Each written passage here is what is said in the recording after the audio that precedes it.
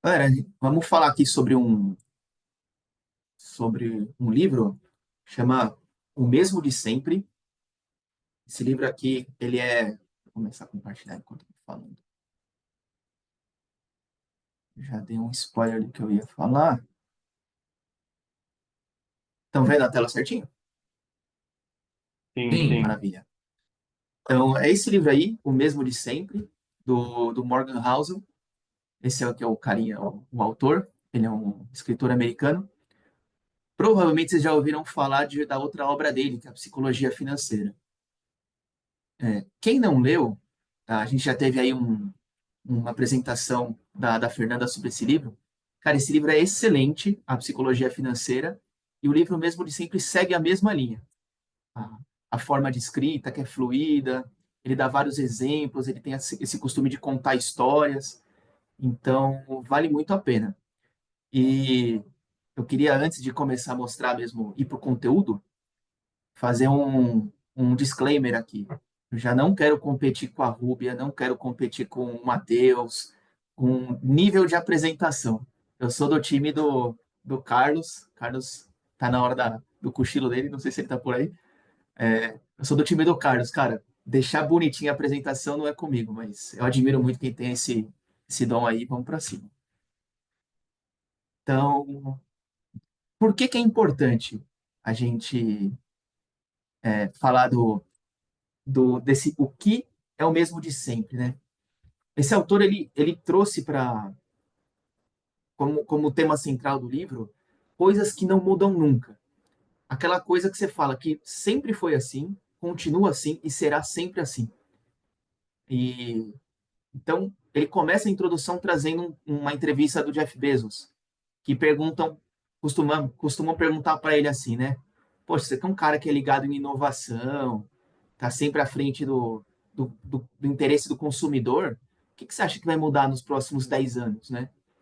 E aí ele responde o seguinte: o que quase nunca me perguntam é o que não vai mudar nos próximos 10 anos. A meu ver, essa pergunta, na verdade, é mais importante das duas. E aí ele complementa, ele fala o seguinte, que para ele, os clientes dele vão continuar querendo entrega rápida e produto barato. Então, é nisso que ele está focando os investimentos dele dentro da empresa. Que é isso que ele vai ter mais retorno. Se a gente for trazer para a nossa realidade, o que, que um cliente da Simple Invest vai querer? Maximizar o retorno dos investimentos dele com menor esforço. Provavelmente isso nunca vai mudar. Vai ter a funcionalidade nova, uma equipe nova, uma solução nova, mas basicamente é isso que a gente vai ter. E aí, ele começa. Esse livro ele é formado de 23 capítulos, que eles não são dependentes entre si, e o título aqui dos slides é o nome do capítulo. Então, eu mantive o nome, e vocês vão ver a descrição do que está escrito também, é o que o tradutor trouxe para o livro, então não são palavras minhas. Então, ele começa falando que não importa o que cara que o mundo vai ter hoje, e nem aquilo que parece ser óbvio. Amanhã tudo pode mudar devido a um acidente minúsculo que ninguém pensou. E eu trouxe como imagem aqui, eu sei que muita gente gosta lá da lógica do cisne negro, lá do Taleb, que é isso. Durante anos e anos e anos, tudo que foi observado foi cisne branco, cisne branco, cisne branco. Todas as modelagens para o futuro era cisne branco, cisne branco. Aí passa um negro. E aí? Mudou tudo. E aí ele conta uma história pessoal dele, que ele foi esquiar com os amigos.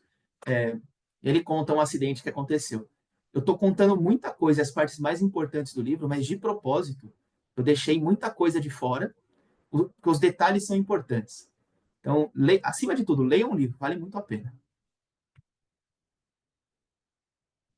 Outro capítulo que ele chama é O Risco é o que não enxergamos. E eu aproveitei para colocar o logotipo do livro no cantinho, vocês vão ver ali, é a minha marca pessoal ali do o que eu achei de lições mais importantes de todas, a que mais tem potencial de mudança para a gente. Ele diz que nós somos muito bons em prever o futuro, exceto pelas surpresas, que tendem a ser tudo o que importa.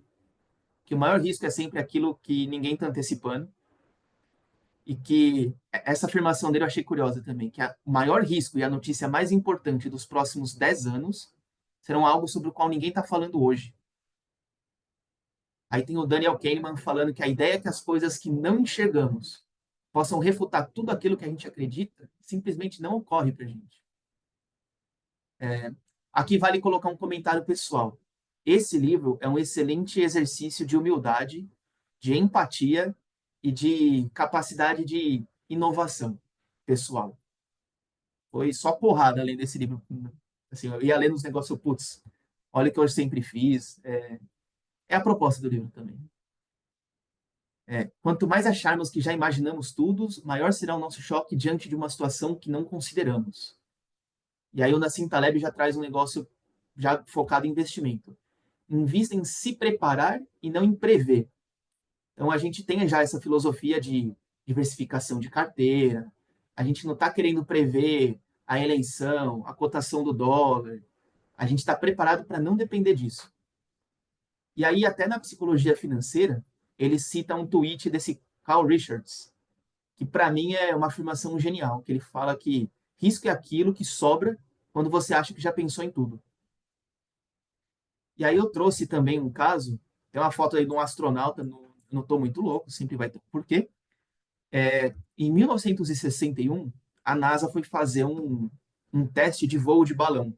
Eles iam fazer um voo super alto e colocaram dois astronautas. E num determinado momento, esse astronauta aí, o Victor Prater, ele abriu o capacete porque ele falou, cara, eu não estou conseguindo respirar direito, eu quero respirar um ar fresco e tal. Ele abriu e segue a vida, balão subindo e tal.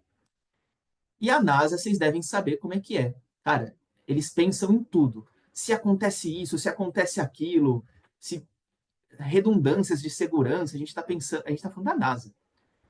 E aí, esse astronauta ele se soltou do balão. Num determinado momento que eles iam se movimentar, ele caiu. Eles estavam sobrevoando a água.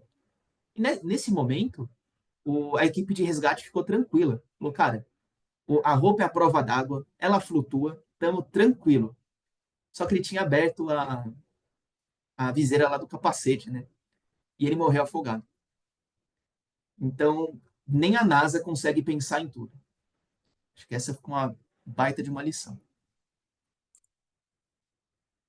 Outro para mim também que foi uma porrada foi o capítulo que chama Expectativa e Realidade. Ele começa citando Montesquieu, dos mais de 200 anos atrás, ele fala: se apenas desejássemos ser felizes, isso não seria difícil. Mas queremos ser mais felizes que os outros. E isso é quase sempre difícil, pois acreditamos que os outros são mais felizes do que realmente são. E aí tem citações do Charlie Munger falando que o mundo não é movido pela ganância, mas pela inveja. O próprio Charlie Munger fala que a primeira regra para uma vida feliz é baixar as expectativas. Se você tem expectativas irreais, você vai se sentir miserável o resto da sua vida e que você precisa ter expectativas razoáveis e acertar. Ele até fala com certa dose de estoicismo, que a vida vai te dar tanto coisa boa quanto coisa ruim, conforme a vida vai acontecendo. E aí eu trouxe uma foto de uma família americana dos anos 50, que para mim foi muito legal pensar sobre isso.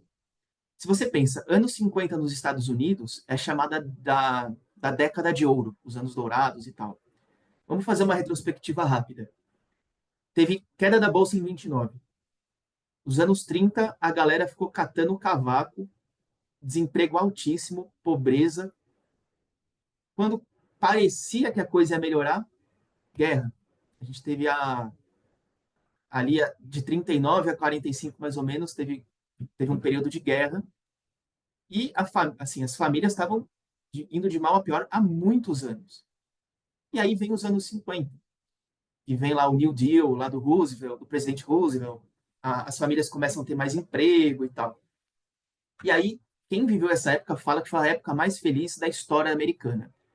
E aí, eu vou até ler alguns dados que ele compara com os anos de hoje.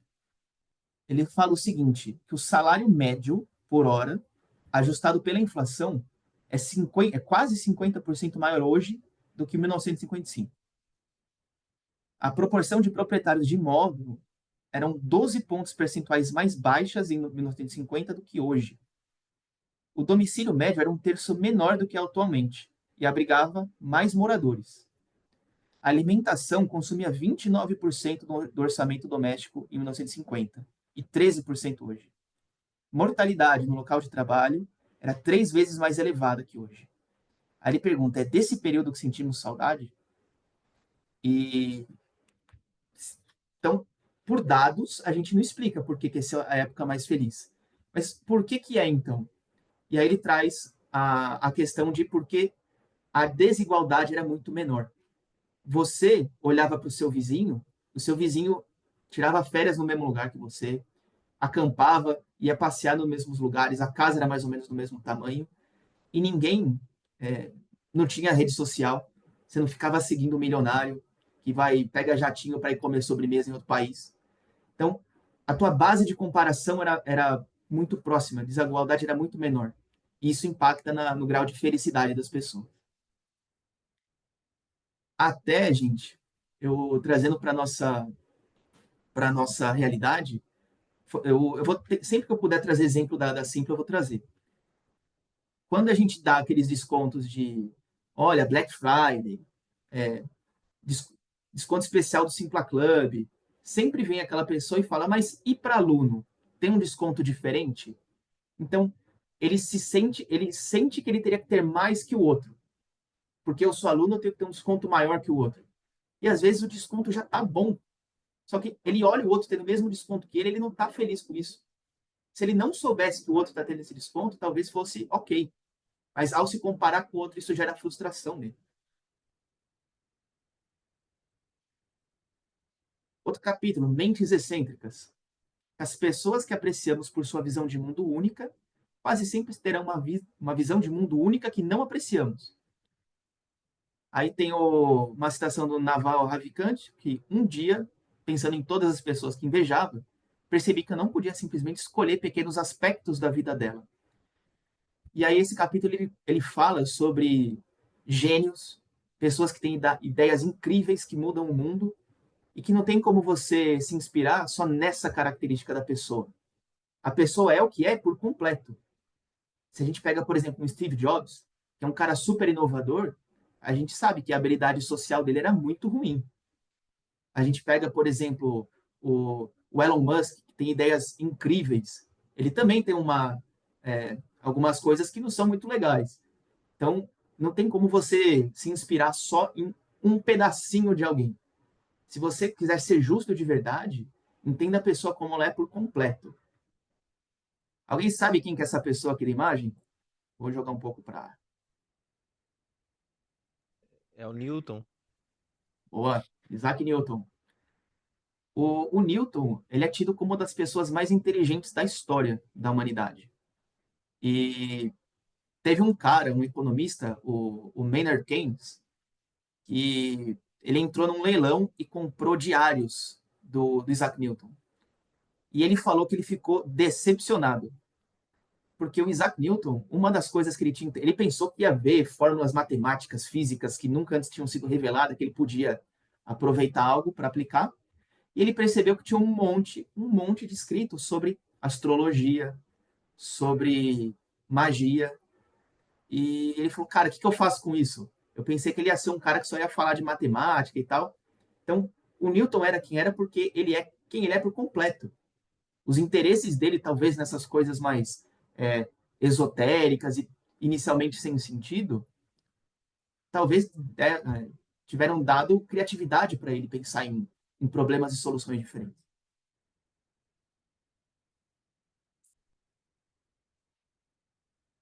Aí vem o capítulo de números malucos.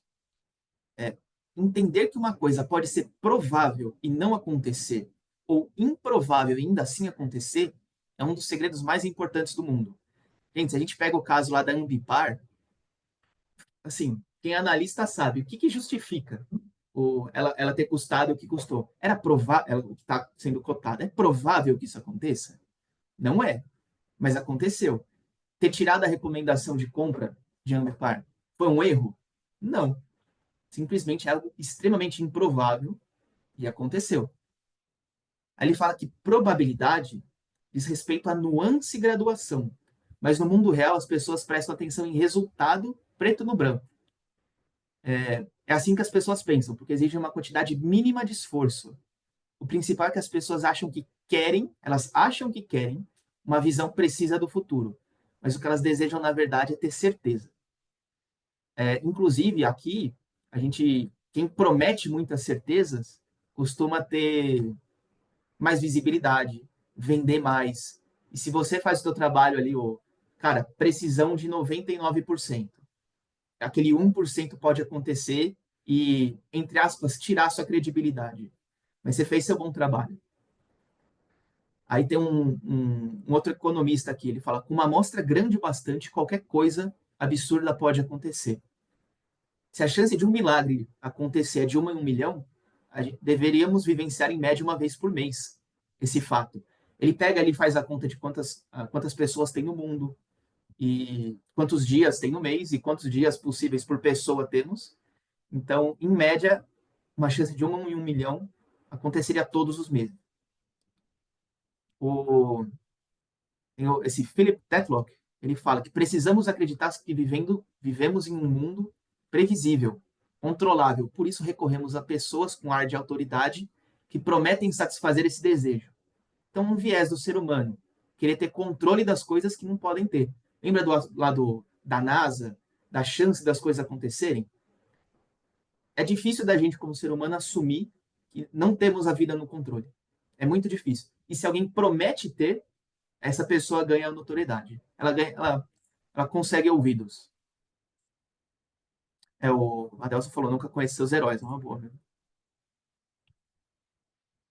Outro capítulo, a melhor narrativa triunfa. Em um mundo perfeito, importâncias da informação não deveria depender da eloquência do seu autor. Mas vivemos em um mundo de pessoas entediadas, impacientes e emotivas que precisam que coisas complexas sejam destiladas em cenas fáceis de digerir. E aí eu coloquei até uma foto do Yuval Harari e do livro Sapiens dele, que inclusive é o exemplo que o autor coloca no livro dele. Eu gosto muito desse livro, inclusive quem não leu, vale muito a pena ler. Tem até versão quadrinhos desse livro, vale muito a pena. O Harari, ele é um historiador, e esse livro ele tem uma história muito fluida, é muito fácil de ler. Se você pegar materiais técnicos de outros historiadores, pode até ser que, em nível de precisão, de análise, seja muito melhor que o Sapiens. Só que o Sapiens ele tem uma história muito bem contada. Por isso que ele vendeu milhões de cópias e o Harari ficou famoso. E aqui fica uma dica importante, também uma lição que eu acho valiosa. Se você está tentando imaginar que direção determinada coisa irá tomar, você precisa compreender mais que as possibilidades técnicas disso acontecer, mais do que a possibilidade técnica, é as histórias que as pessoas vão contar a si mesmas sobre essas possibilidades. Isso para mim foi uma baita lição. Capítulo: Não é computável. O Lehman Brothers estava com tudo em 10 de setembro de 2008. 72 horas depois, ia à falência. A única coisa que mudou nesses 3 dias foi a confiança dos investidores no banco. A variável mais importante eram as histórias que as pessoas contavam a si mesmas. Tem um outro autor aqui, o Per Billund, não sei se é assim que pronuncia. O conceito de valor econômico é simples. Qualquer coisa que as pessoas desejam tem valor. Qualquer que seja o motivo, quando há um. E aí eu escolhi a imagem do Dogecoin, não foi à toa. Uma moeda, uma criptomoeda que nasceu para ser meme, com diversas falhas técnicas, que foi apontada depois por comunidade de programadores e tal. Bastava um tweet do Elon Musk e valorizava. Então, isso tem valor? Não tem? Não cabe a mim julgar. Simplesmente é. Se a pessoa deseja, tem valor. E como que você computa isso? Como que você coloca isso em modelos matemáticos? Não tem como. A cada tweet do Elon Musk, com tantos caracteres, tem um potencial de subir tanto?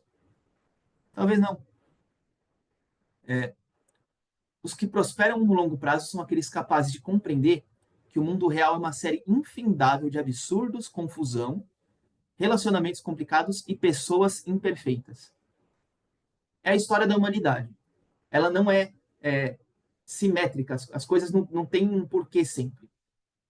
Isso é como é. Outro que eu achei bem interessante é A Calma planta sementes da loucura, é o nome do capítulo. Ele fala sobre o declínio, ele começa a falar várias vezes sobre Covid-19. Ele diz que o declínio na mortalidade por doenças infecciosas deixou o mundo menos equipado para lidar com elas, sem dúvidas em termos psicológicos, pelo menos. Ele fala sobre como a gente estava vivendo uma época de saúde, de avanço na medicina, em remédios eficientes. A gente não tinha uma epidemia séria há muito tempo. A gente tinha.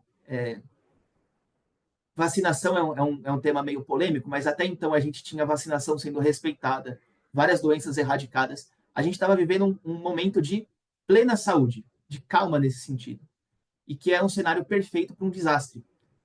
E aí eu trouxe aqui o. Tem a citação também que ele fala que o desejo humano de enriquecer ultrapassa de longe o número de oportunidades fáceis e óbvias. E eu trouxe aquele gráfico lá de euforia e depressão de ciclos econômicos. E isso é muito nítido, que quando a gente fala, por exemplo, desse caso a gente está vivendo um momento muito bom, falando de saúde e tal, a gente estava na parte, vamos dizer assim, do pico, na euforia. Tá tudo muito bem. E aí começa a ter uma coisa, é só lá na China, é só lá na Itália. Então, é a negação. Agora aquilo começa a trazer o medo, o pânico, a depressão, até que as coisas voltaram para o eixo.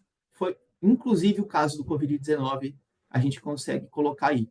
As pessoas passaram por todas essas fases até aceitar, e aí começou a entrar no modo desespero para reverter essa situação. Enfim, várias coisas aconteceram, até métodos de tratamento absurdos. As pessoas, nesse momento, adotaram justamente porque elas estavam desesperadas.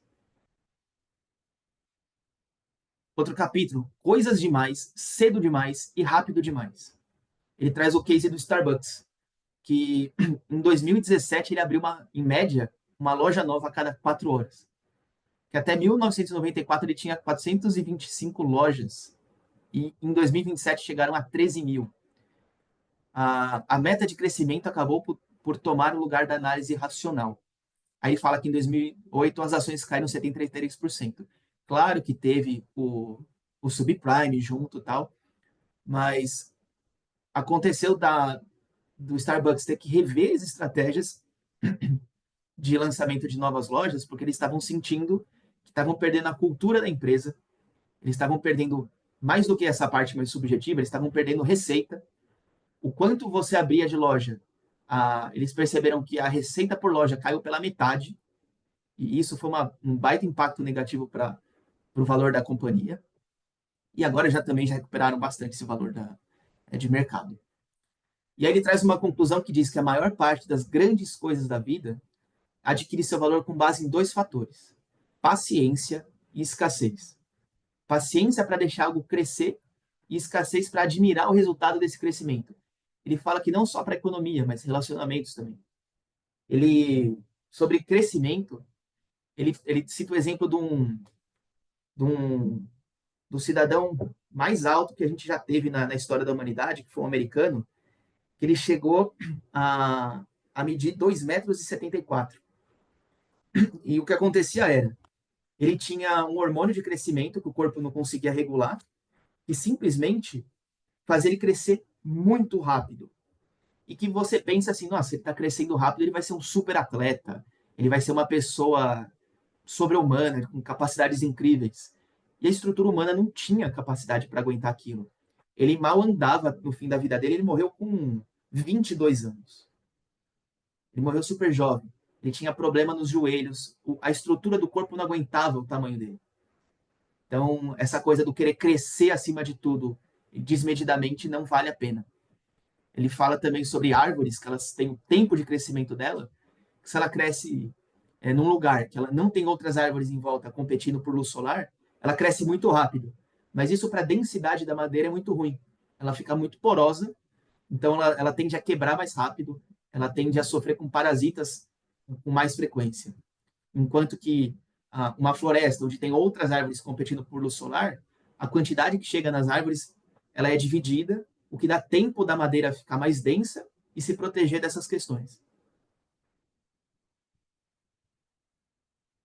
Aí ele fala sobre um capítulo, quando a magia acontece, ele fala sobre estresse e inovação. Fala, o estresse foca a nossa atenção de uma maneira que os bons tempos não conseguem. Lembra lá dos bons tempos que a gente falou dos ciclos? Quando está tudo mil maravilhas, você não espera que algo ruim pode acontecer. O equilíbrio entre o. Antes de ir nessa segunda estrofe aí. Então, ele fala que o estresse, aquela necessidade por alcançar algo, é muito importante para inovação. E aí eu trouxe um planejamento militar aí como imagem para trazer alguns dos exemplos que eles trazem nesse capítulo. Ele fala muito sobre invenções em épocas de guerra. Ele cita várias. Vai desde o avião, que o avião ele foi inventado, mas ele ganhou realmente patrocínio. Quem fez o primeiro negócio lá com os irmãos Wright nos Estados Unidos foi o exército. Que eles estavam pensando, a gente pode lançar bombas dessa invenção aí. E a motivação deles era basicamente a primeira, não posso morrer. E a outra é, por exemplo, em tempos da Segunda Guerra Mundial, eu não posso me dar o luxo do alemão de bigode vencer essa guerra e tomar conta de tudo. Isso era motivação bastante para a galera inventar coisa e inovar muito rápido. Mas aí vem um alerta. O equilíbrio entre um estresse proveitoso e o desastre é delicado. Esse último impede a inovação à medida que os recursos são sugados e as pessoas deixam de pensar em como sair de uma crise para meramente sobreviver. Então não adianta só botar pânico que é esperar que as coisas vão acontecer. Aí eu juntei dois capítulos em um, porque dizem mais ou menos a mesma coisa. Tragédias repentinas e milagres de longo prazo. Coisas que prosperam por décadas podem ser arruinadas em minutos. Não existe esse equivalente na outra direção. O progresso vagaroso em meio ao bombardeio de más notícias é o estado normal das coisas. Enquanto a gente está conversando aqui, e anos atrás, a medicina foi evoluindo, técnicas de trabalho foram evoluindo. Isso não dá notícia. Isso não é perceptível. Mas uma má notícia pode simplesmente acabar com tudo. E o potencial dela é muito grande também. A gente demora anos para construir algo. O Warren Buffett fala da reputação. Você demora anos para construir uma reputação e minutos para perder ela. O outro capítulo que fala disso é o minúsculo e magnífico. Grandes riscos são facilmente ignorados por serem apenas uma reação em cadeia de pequenos eventos, cada um deles facilmente negligenciável. Então, ele dá o exemplo de um acidente que teve no aeroporto na Espanha, que tiveram 11 erros, teve um choque entre dois aviões, um que estava decolando e um que estava ainda na pista de pouso, e matou todo mundo. E se eles foram rever os erros que aconteceram. Eles eram facilmente evitáveis, eram pequenos e facilmente evitáveis.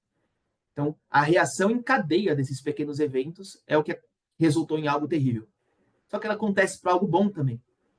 Ele fala, a real magia evolucionária da natureza é a seleção de características por quase 4 bilhões de anos da vida na Terra. Então, a pequena coisinha, ano a ano, em bilhões de anos fez magia, praticamente. E a gente vê isso, por exemplo, em carteiras de longo prazo, escolhendo boas empresas. O efeito de juros compostos. Ele fala sobre êxtase e desespero. O melhor plano financeiro é poupar como um pessimista e investir como um otimista. Entre as duas visões há um ponto ideal, que ele chama de otimista racional. Aqueles que reconhecem que a história é uma série infindável de problemas, decepções e reveses, mas permanecem otimistas porque sabem que os reveses não impedem o futuro e o progresso. É aquilo. Vai dar problema, a gente vai viver crise, a gente vai viver escândalo, só que no longo prazo as coisas se ajeitam. A gente, a gente vê a economia prosperando no longo prazo. Os que não conseguem conciliar essas duas visões, em geral, acabam se tornando pessimistas amargos ou otimistas falidos. Também não é aquela coisa da positividade tóxica que se fala hoje em dia aqui. Cara, você tá na merda, você tomou chifre da mulher, você perdeu o emprego, o universo tá prosperando pro meu sucesso. Não tá. Tem que ser consciente. Você precisa de um equilíbrio entre esses dois fatores. vítimas da perfeição. A manufatura just in time, vocês conhecem o toyotismo, é um método de produção enxuta. A manufatura just in time foi um exemplo perfeito de operações eficiente nos últimos 20 anos. Então veio a pandemia, interrompendo as cadeias de fornecimento e praticamente todos os fabricantes enfrentaram uma terrível escassez das coisas que precisavam. Ele fala sobre esse método, ele trabalha com estoque mínimo. Eu sou super eficiente. Meu estoque só tem exatamente aquilo que eu preciso. Eu diminuo o espaço físico para armazenar coisa. O, o meu equipamento chega na hora exatamente que eu preciso. Meu fornecedor me entrega na hora. E aí veio aquele problema da pandemia. E isso desestabilizou completamente a, as linhas de produção. Isso foi terrível para o abastecimento de bens em geral. Então ele fala que essa ineficiência controla, é uma pequena ineficiência, ela é boa. Você não precisa estar aquela coisa, o dinheiro contado. Poxa, e se tá um centavo mais caro? Pô, não preciso, vou ter que baixar ali da aplicação. Ele falou que é melhor estar aproximadamente certo do que exatamente errado. Ele fala do modelo que ele chama de bom o bastante, que ele gosta de estudar os comportamentos e investimentos que nunca mudam, que ele jamais teria tempo para fazer isso se ele passasse o dia inteiro prevendo o que a economia vai fazer nos próximos 3 meses. Qual vai ser o resultado da companhia? Então ele gosta de focar naquilo que nunca muda. E aí entra o capítulo que chama É para ser difícil mesmo. Ele fala sobre, na editora que ele trabalhava, que eles contrataram um consultor de mídia social. E ele passou 3 horas falando de estratégia para maximizar engajamento. Só que em nenhum momento ele falou do truque que seria o mais efetivo de todos, que é escrever coisas interessantes que as pessoas queiram ler. E por que isso é difícil? Porque demanda tempo e criatividade, dá trabalho. O Charlie Munger fala: queremos entregar ao mundo o que compraríamos se estivéssemos na outra ponta. O, o princípio básico para um monte de coisas é identificar o preço que aquilo cobra e estar disposto a pagá-lo. O preço de muita coisa é ter que aturar uma quantidade ideal de aborrecimento. Então ele pincela algumas coisas do tipo: você quer ter resultado? Dá trabalho. Você pode aliar algumas outras estratégias, mas isso é acessório. O foco é um preço que você precisa pagar. Você quer escrever, no caso dele? Tem que escrever um livro bom. Depois você vai pensar em como que você vai divulgar esse livro. Ele tem que ser bom. É a primeira coisa. E depois você pode estudar melhor estratégia. E ele fala também sobre, por exemplo, carreiras. Você tem um chefe que você não gosta muito, uma chefe que às vezes é uma pedra no teu sapato. Ele fala que tem uma quantidade ideal de, de aborrecimento, de engolir sapo. Você não pode simplesmente aturar tudo, mas também você não pode ser completamente sensível a qualquer tipo de aborrecimento e falar, não, não deu certo isso, vou largar. Ele fala que tem uma quantidade ideal. Ele fala sobre um capítulo que chama Continue Correndo, que ele fala exclusivamente sobre vantagens competitivas. Ele falou: a evolução encoraja o maior tamanho para depois punir quem ficou grande. Ele cita o case da Sears, que nos anos 70 eles eram uma rede de lojas equivalente ao que é a Amazon hoje, para a gente. Eles eram gigantes, eram inovadores, estavam presentes em um monte de cidades. E no final dos anos 2000, eles precisavam colocar placa lá. Sim, estamos abertos nas lojas. Então, o que era um colosso teve que avisar para a gente que está trabalhando, porque senão as pessoas nem notavam mais eles. Ele cita um exemplo que eu gostei também, que foram os animais.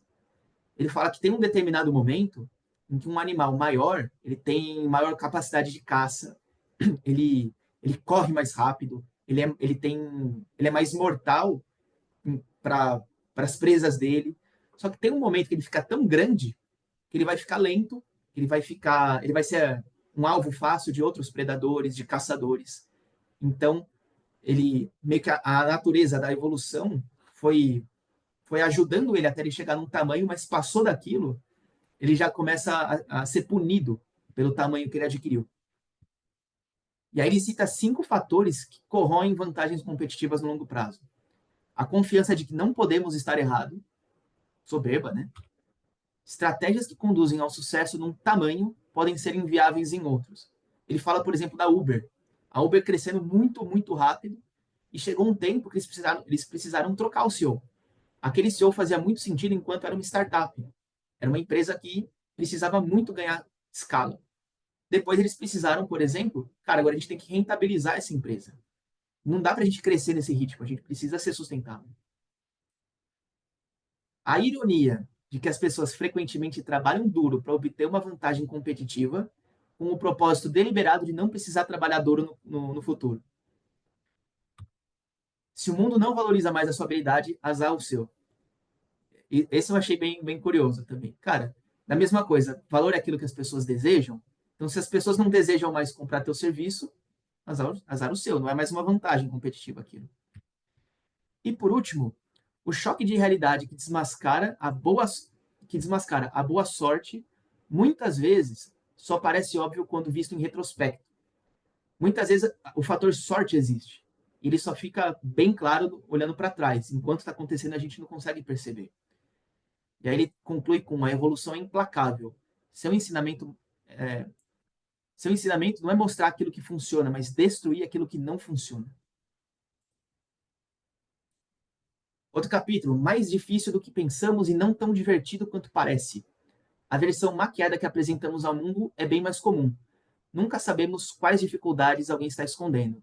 Ninguém fala que está com boleto atrasado no Instagram, né? É mais ou menos isso.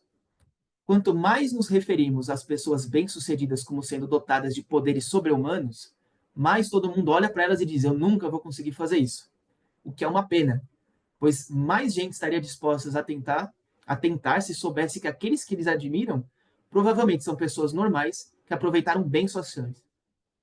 Então, quando uma pessoa é vista como mais extraordinária do que é, tendemos a supervalorizar o seu ponto de vista sobre assuntos nos quais ela não possui um talento especial.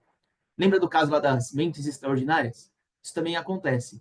O, o Elon Musk falando de, sei lá, de quem vai ser o campeão da Libertadores. O que ele sabe de futebol brasileiro, por exemplo? Exemplo besta. O cara pode ser um gênio para falar de foguete, que é alguma coisa absurdamente difícil. Mas para falar, às vezes, de futebol, o cara não vai saber nada. E a lição anterior também eu acho muito importante. Vamos humanizar as pessoas. O Elon Musk, ele sente sono, ele sente fome.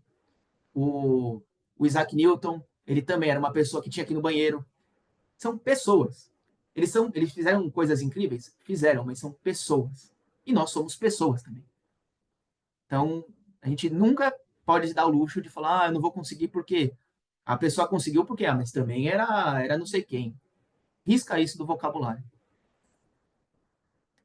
Outro que veio aqui, você viu que eu fui seletivo aqui. Eu pus outro checkzinho ali no capítulo. Incentivos. As forças mais poderosas do mundo. Com os incentivos certos, os limites morais do que estamos dispostos a fazer podem ser estendidos. Nada é mais persuasivo do que aquilo que queremos ou necessitamos desesperadamente seja verdade. O Benjamin Franklin dizia: se você quer persuadir alguém, apele a seus interesses e não a sua razão. O que ele quer dizer com isso, basicamente? Sabe aquela coisa de, olha, eu jamais faria isso. Ah, mas e portanto, você faria? Não, isso eu não faria. Ah, mas e portanto, você faria? Não. Ah, mas e por 1 milhão? Podemos pensar. Então, a lição é: todo mundo tem seu preço. Às vezes não é só dinheiro. Às vezes é influência. Às vezes é poder de poder controlar alguma situação. Então, resumindo, todo mundo tem seu preço. O, ele cita também aqui, às vezes, investimento na medicina, às vezes o não fazer nada é o melhor a se fazer. Mas o fazer alguma coisa é o incentivo que aquele profissional tem para tentar se sobressair. Às vezes é aquela coisa, cara, tenha paciência, não faz nada na tua carteira. Você vai falar isso para o cliente vai falar, mas como assim? Tá caindo. E o vizinho tá falando, não, você precisa vender isso, compra ouro, compra Bitcoin, ETF alavancado. Esse cara parece que vai mudar, ele é mais inteligente. E, na verdade, é o incentivo dele. Eu preciso prometer coisas para as pessoas que a complexidade vende. E, às vezes, era só você não fazer nada. o ideal mesmo era, cara, tenha paciência. Só que isso não tem um valor de venda. E aí fica um questionamento que para mim foi uma porrada. Quais dos meus atuais pontos de vista mudariam se meus incentivos fossem diferentes? E ele alerta: se sua resposta foi nenhum, provavelmente você não está só persuadido pelos seus próprios incentivos, como você também está cego por eles. Agora você entendeu. Ele fala sobre você ter que viver na pele alguma coisa para poder entender aquilo, viver na primeira pessoa. E aí eu trouxe aqui o exemplo daquela. Todo mundo fala das pessoas que remarcavam preço na época de hiperinflação aqui no Brasil. E muitas vezes a gente vê aquela pessoa que ela só está pensando em comprar terreno, fundo imobiliário não presta, bom mesmo é comprar o terreno do meu tio. A gente não viveu o que a pessoa viveu. Então, a lição aqui que eu achei poderosa foi também: se eu tentar imaginar hoje como eu reagiria a uma queda de 30% na minha carteira, o que eu realmente faria era tudo ao meu redor é exatamente como é hoje e eu teria o preço das ações caindo. Mas não é bem assim. Todo ao redor é transformado. A gente não pode julgar isso. A gente tem que também exercitar a empatia. O próximo, vou tentar dar uma acelerada, gente. Forçando a barra. Ele fala que, por exemplo, ele dá o exemplo do câncer.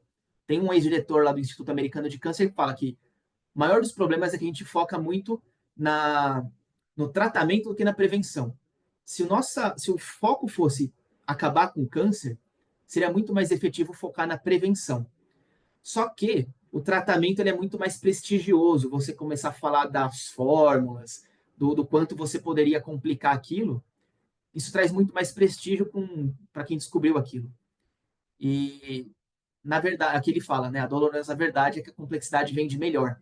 Parecido com o que a gente falou antes, que às vezes era só esperar o investimento, ter paciência, mas aquele vizinho que está oferecendo porcaria, ele vende mais. A, a complexidade ela passa uma impressão mais reconfortante do controle. Se eu estou enchendo de complexidade, parece que eu controlo mais aquilo, que eu sei mais sobre aquilo. E para finalizar, já acabaram os tópicos, né, do livro. Ele traz questões, perguntas sobre o que ele vivenciou até então. Quais dos meus atuais pontos de vista mudariam se meus incentivos fossem diferentes? Esse a gente já se perguntou. É um exemplo que ele dá. Quem tem as respostas corretas, mas eu ignoro porque ele não fala bem. De quais das minhas atuais opiniões eu discordaria se tivesse nascido em um país ou uma região, uma geração diferente? O que eu acredito ser verdade, mas na realidade não passa de um bom marketing? Por que coisas eu nunca vivenciei na pele que me tornam ingênuo sobre a forma como algo acontece, algo funciona? Eu estou preparado para lidar com um risco que eu não sou capaz de sequer imaginar? O que ignoramos agora que parecerá absurdamente óbvio no futuro? Até que ponto os fatores do meu controle contribuíram para as coisas pelas quais eu recebo crédito? A história da sorte. Será que a gente não deu sorte em algum momento que a gente acha que foi habilidade nossa? Aquela sorte do principiante? Como sei se estou sendo paciente ou teimoso? Ele fala num capítulo que o longo prazo às vezes funciona de muleta para as pessoas. Não, é foco. Às vezes ela tomou uma péssima decisão, mas ela não quer dar o braço a torcer porque ela está falando, não, eu estou olhando no longo prazo. Às vezes ele tem que diferenciar a paciência de teimosia. Que aborrecimento estou tentando eliminar, que é na verdade um custo inevitável do sucesso? De minhas crenças mais fortes, qual tem a maior probabilidade de mudar? E para mim teve uma que pegou muito, que eu vou deixar por último, que é que pessoas eu admiro, mas no fundo são pessoas infelizes. E para finalizar ali uma conclusão minha a ideia é a gente repassar por essas perguntas de tempos em tempos, porque são fatores que não mudam nunca na história, e, e a gente perceber que a gente está respondendo essas perguntas de forma diferente.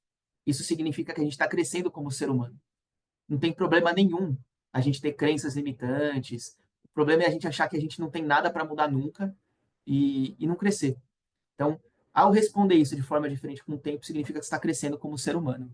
E eu acho que essa é a proposta do livro.